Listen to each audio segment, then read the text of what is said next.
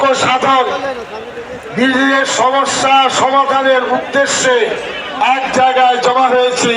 এটা আল্লাহর দরবারে লাখো কোটি শুকরিয়া। আলহামদুলিল্লাহ রাব্বিল আলামিন। এখানে দেওবন্দি ভাইয়েরা, ফুরফুরার ভাইয়েরা, বেরেলি ভাইয়েরা, খানকার ভাইয়েরা,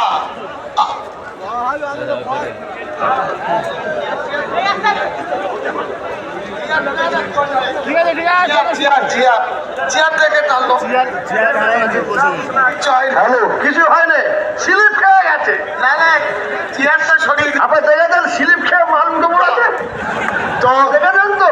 বসুন বসুন, স্লিপ খেলে উঠে পড়া ভালো লাগবে না। চেয়ারটা ছড়িয়ে দিয়েছে।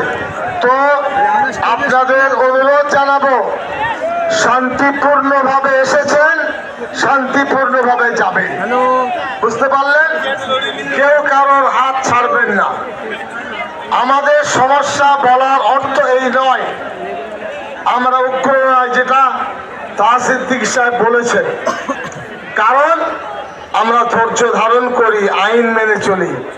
কলকাতায় বসবাসকারী ভাইয়েরা তারা আমাদের ভাই, তাদের সহিষ্ণুতা প্রশংসাযোগ্য। বাড়ি গিয়ে আলোচনাটা চালাবেন, রাজ্য জুড়ে আন্দোলন চলবে ইনশাআল্লাহ। বুঝতে পারলেন না? পারলেন না? এবং বেফাস কথা বলবেন না, এমন উত্তেজনাকর কথা বলবেন না যার দ্বারাই সমাজের, দেশের, আমাদের ক্ষতি হয়। আমি কথা দায়িত্ব নিয়ে বলছি, আমাদের বাদ দিয়ে ভারতবর্ষ চলবে না, চলবে না, চলবে না। পশ্চিম বাংলায় 3টি খুঁটির মধ্যে মুসলমানরা একটা খুঁটি, 2টো খুঁটির টেবিল নেই, 4 খুঁটির আছে বা 3 খুঁটির আছে। আমরা হলাম বাংলার খুঁটি। নিজের অধিকারটা লক্ষ্য এবং আদায় করার উদ্দেশ্যে আওয়াজগুলো পৌঁছে দেবেন। মুখে কারোর বিরুদ্ধে নিন্দামন্দ বলবেন না। আমরা চেষ্টা করি সকলকে সম্মান দিতে। আর আপনারা যাওয়ার সময় যেভাবে এসেছেন, কলকাতার পুলিশ খুব দায়িত্বশীল।